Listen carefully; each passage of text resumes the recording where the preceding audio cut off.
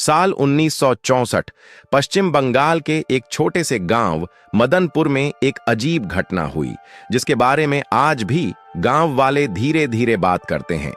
मदनपुर गांव के बाहर एक पुराना बहुत बड़ा बरगद का पेड़ था। उस पेड़ के पास रात में कोई नहीं जाता था। गांव में माना जाता था कि वहां ब्रह्मदैत्य रहता है, एक ऐसा आत्मा जो साधारण भूत नहीं बल्कि एक विद्वान ब्राह्मण का आत्मा होता है। कौन था वो?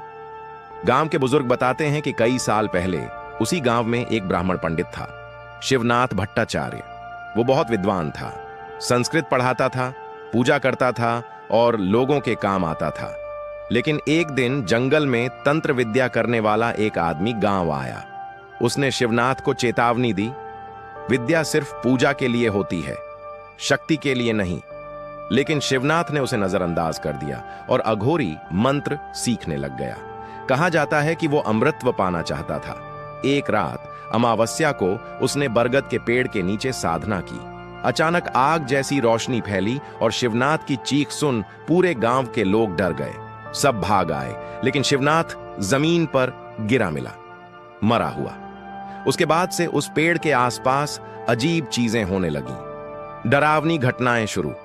पहले तो लोग समझे कि यह अंधविश्वास है, लेकिन जल्द ही रात में पेड़ के पास पायल और मंत्र जप जैसी आवाजें सुनी जाने लगीं। कई लोगों ने सफेद धोती मनेन में लंबा चौड़ा आदमी मुंह छुपाए खड़ा देखा। बच्चों और महिलाओं को वहां जाते देख अचानक हवा रुक जाती। एक दिन गांव का एक लड़का रंजीत जिज्ञासा में पेड़ के पास गया और चिल्लाने लगा, कोई है यहां, बोलो। अगले ही पल पेड़ से आवाज आई, आओ वरना वहीं रह जाओगे। रंजीत वहीं बेहोश होकर गिर पड़ा। अगले दिन होश आया तो वो बोल नहीं पा रहा था। असली डर तब आया, एक रात गांव का एक आदमी जिसका नाम निरंजन था शराब पीकर उसी पेड़ के पास बैठ गया और बोला, सच में ब्रह्म दैत्य है तो सामने आ। हवा अचानक रुक गई। पेड़ के नीचे सफेद धुआं बना और धीरे धीरे एक लंबा भयानक चौड़ा कंधों वाला आदमी दिखाई दिया। लाल चमकती आंखें, माथे पर चंदन, कान में सोने का कुंडल और पैरों की जगह हवा। उसने धीरे से कहा, मैं शिवनाथ हूं और यह जगह मेरी है। निरंजन डर के मारे भाग नहीं सका। अगले दिन उसकी आवाज चली गई। डॉक्टर ने कहा, शरीर ठीक है लेकिन आत्मा डर गई है।